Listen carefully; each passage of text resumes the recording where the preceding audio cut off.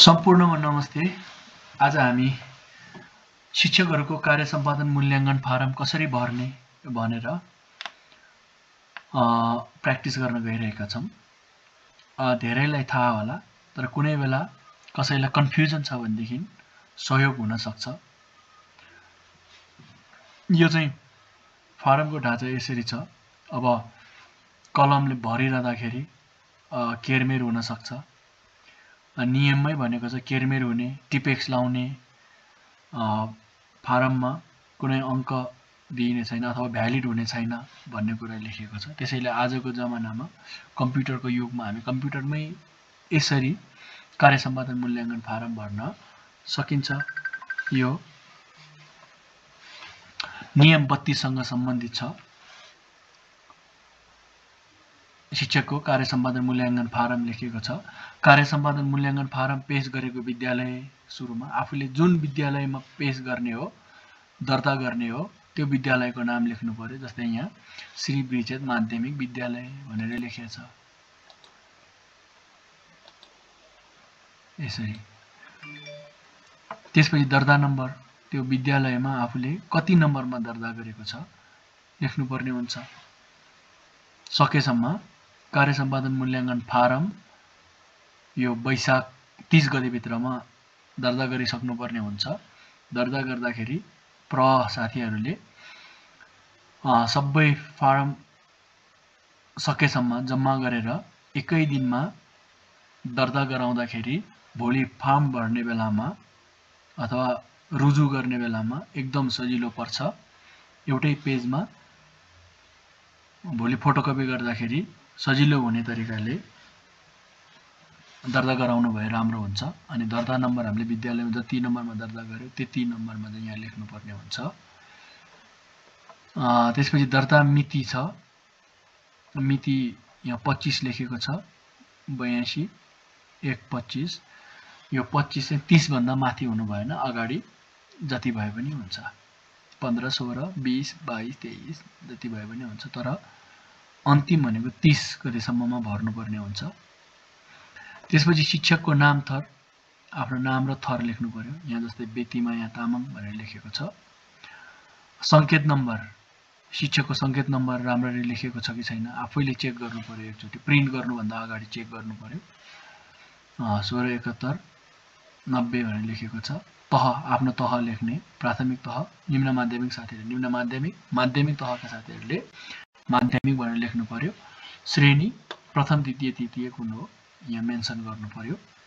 त्यसपछि हाल कार्यरत विद्यालयको नाम, सरुवा भएको भए विद्यालयको नाम परिवर्तन हुन सक्छ, तर सरुवा नभएको साथीहरूले त्यही सेम टु सेम माथि जुन विद्यालयमा दर्ता गरे त्यही विद्यालयमा कार्यरत हुन सक्छ, भइरहेको हुन्छ। त्यसैले यहाँ पनि श्री ब्रिजेट माध्यमिक विद्यालय लेखेको छ। नाम ठेगाना पनि भनेको छ। त्यसैले ठेगाना चाहिँ यो विद्यालय खनियाबास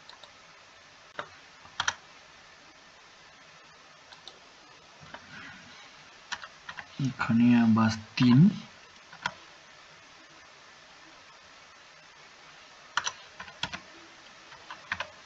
धादिङ।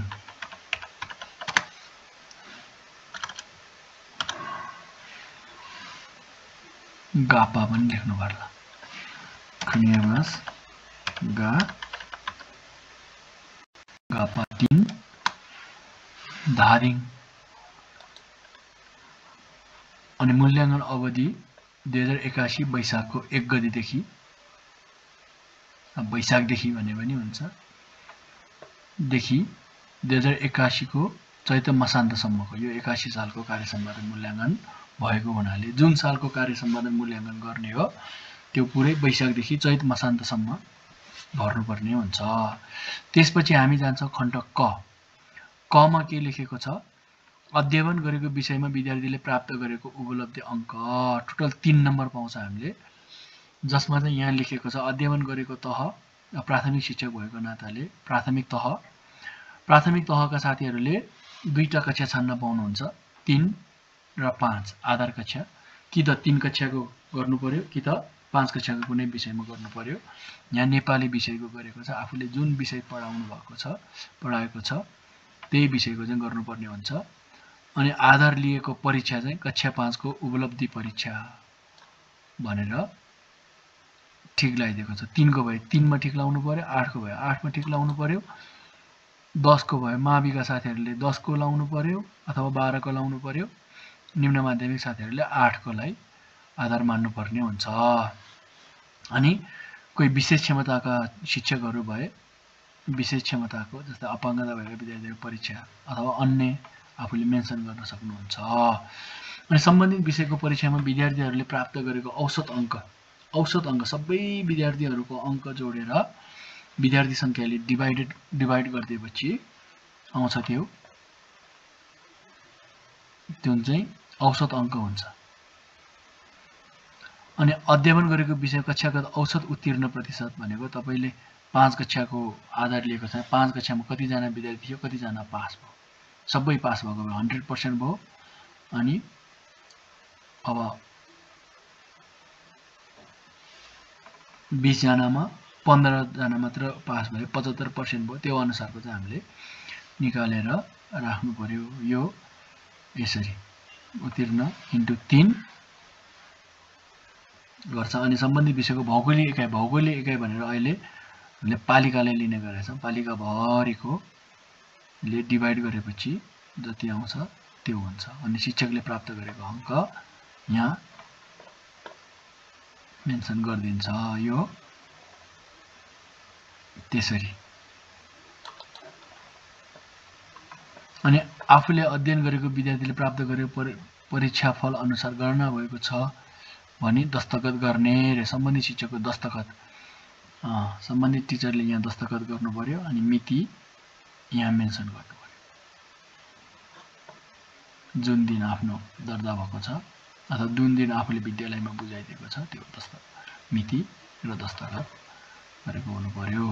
खण्ड ख यस्तो छ। शिक्षण कार्यसँग सम्बन्धित अनुसन्धानको विवरण हामी एक्सन रिसर्च गर्छौँ, कार्यमूलक अनुसन्धान अथवा केस स्टडी पनि गर्छौँ। यसरी लेख्नु छ। अनुसन्धान गरिएको विषयको संक्षिप्त बेहोरा अब अंग्रेजीको गरेको छ भनेदेखि यसरी यो अंग्रेजीको गरेको रहेछ, यसरी मेन्सन गर्न सकिन्छ। यो नेपालीको ठाउँमा हाम्रो अंग्रेजी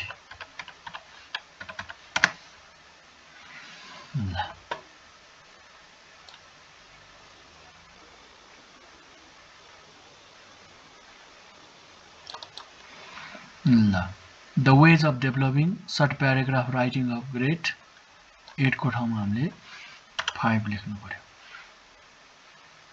grade 5 स्टुडेन्ट्स।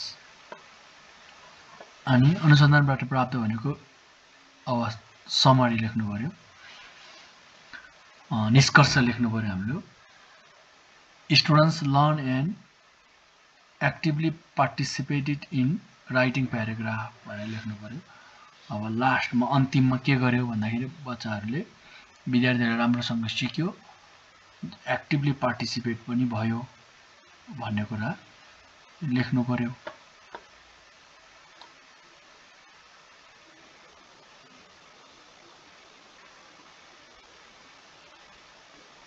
राइटिङ सम्बन्धी रहेछ त्यो चाहिँ। अब कार्यमूलक अनुसन्धानको लेख्ने टपिक के हो यो लेख्नु पर्यो, शीर्षक, अनि निष्कर्षमा लास्टमा के निष्कर्ष निकाल्यो त्यो लेख्नु पर्यो।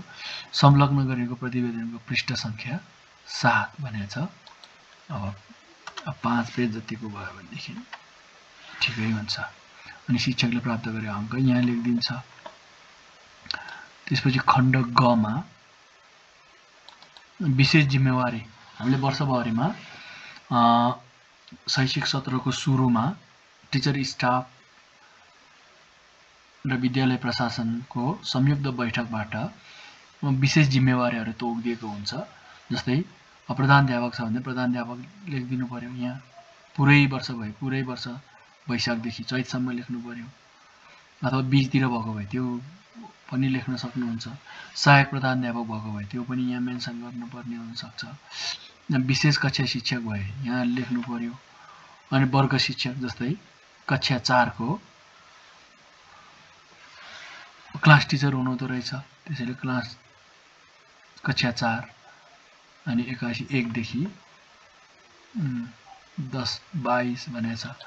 यसको ठाउँमा किन 10 मात्र लेख्ने, प्राय 12 हुन्छ। 12 महिना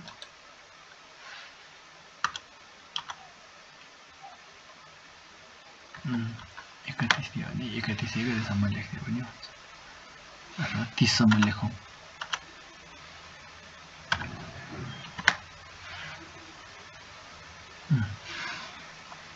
अब यो 1 गतेतिर भन्दा पनि यो सबभन्दा राम्रो त 2081 वैशाखदेखि वैशाखदेखि 2081 को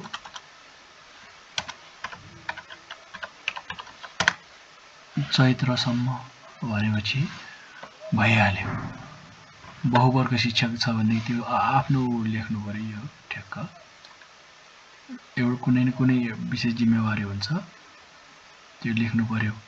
अनि यो त्यसै भरेर मात्रै हुँदैन, त्यहाँ रजिस्टरमा निर्णय गरेको अनुसार प्रले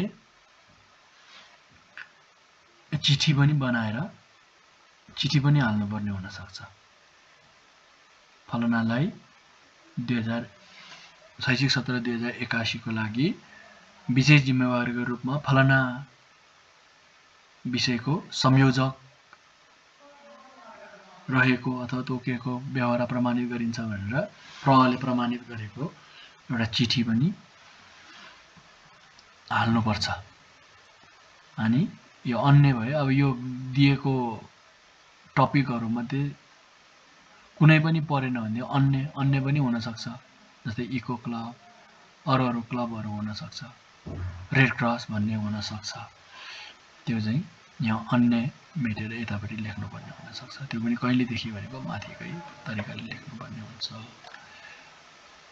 अनि त्यसपछि यहाँ माथि क ख ग मा उल्लेखित विवरणका सम्बन्धमा सिफारिस गर्ने तथा प्रमाणित गर्नेको यो यसमा चाहिँ अब विद्यालयको प्रह आफ्नो तह भन्दा माथिको छ अथवा श्रेणी भन्दा माथिल्लो छ भनेदेखि सिनियर भए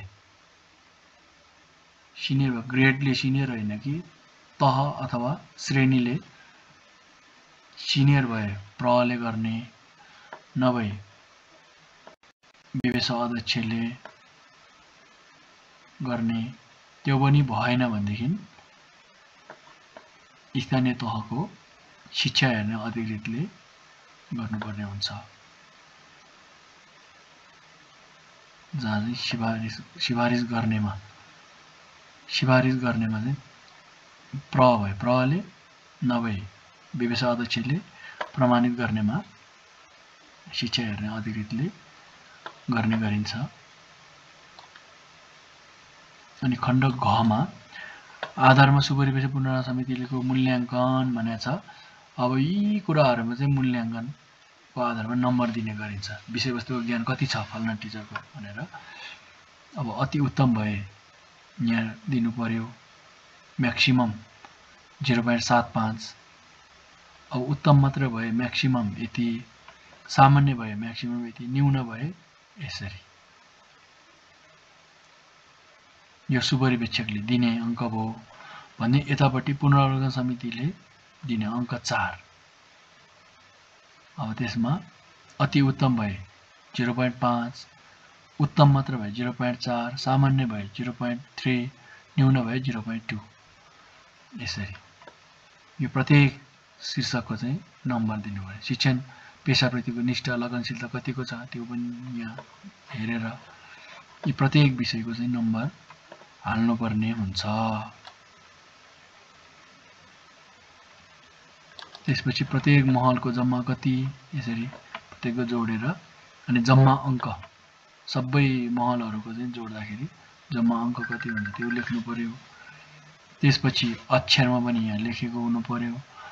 अनि यहाँ उसको पनि जम्मा अंक र अक्षरमा भनेर लेखेको हुनु पर्यो। यतापट्टि दुईटै कोलमको यो सुपरिवेक्षकको यतापट्टि पुनरावलोकन समितिको अनि सुपरिवेक्षक पुनरावलोकन समितिले दिएको कुल अङ्क अनि यो दुईटै अङ्क जोडेर यहाँ अङ्क अनि कति भयो अक्षरमा पनि लेखेको हुनु पर्यो एडिट गर्न नपरोस् भने त्यसपछि सुपरिवेक्षकको नाम सुपरिवेक्षकले दिने पुनरावलोकन समितिको 3 जनाको लेख्नु पर्दो रहेछ नाम संकेत नम्बर नाम 3 जना पुनरावलोकन समिति यहाँ सुपरिवेक्षक 1 जना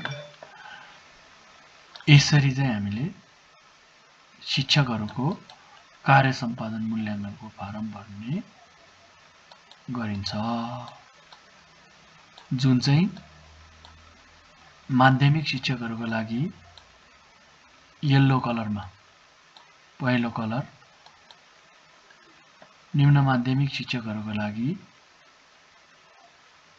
ग्रीन कलर र प्राथमिक शिक्षकहरूको लागि ब्लू कलरमा अगाडि र पछाडि आउने गरी स्पष्ट आउने गरी केरमेर नहुने गरी प्रिन्ट गरेर फाइलमा हालेर चट्ट बुझाउँदाखेरि कुनै पनि त्यस्तो आनाकानीहरू हुँदैन न्यू खोज्ने ठाउँ पाउँदैन सकेसम्म एक प्रति आफूले पनि राख्न पाए झन् कुनै मुद्दा के पर्यो भनेदेखि पछि देखाउन मिल्छ त्यसैले पेज 1 र पेज 2 ठ्याक्क छ यसरी बनाएर अगाडि र पछाडि एउटै पेजमा कलर पेपर ल्याएर प्रिन्ट गरेर बुझाउनु भयो भनेदेखि एकदम स्पष्ट हुन्छ राम्रो हुन्छ नम्बर दिम लाग्ने खाली हुन्छ धन्यवाद।